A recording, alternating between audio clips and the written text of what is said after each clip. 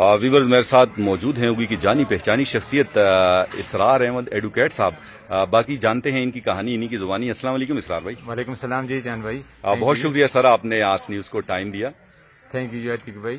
क्या कहेंगे, जेपीटी का ये मेला था आज, जो है ना समझ लें ईद का सा सामान था, आपके तो पड़ोस में है और माशाल्लाह सारे मेहमान भी आपके घर, तो क्या कहेंगे, क्या तासरात हैं, क्या फीलिंग्स हैं? सबसे पहले तो शुक्रिया अतीक भाई आपका कि आपने मुझे टाइम दिया।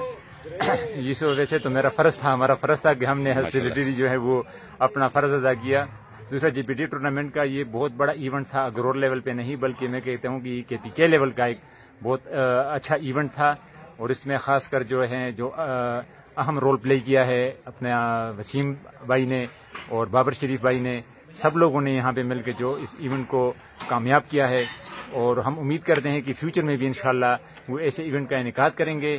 और इस लेवल पे जो है जो हमारे अग्रोर जो वैसे भी स्पोर्ट्स में किसी से कम नहीं है, लेकिन इस इवेंट का ये फायदा हो गया है कि लोगों की जो टेंशन थी और जो है वो और डाइवर्ट हो गई खेल की तरफ, स्पोर्ट्स की तरफ। तो माशाल्लाह यहाँ पे तनावल में, अग्रोर में सब लोगों ने इसका अपना भरपूर इसमें अपना पार्ट अदा किया है।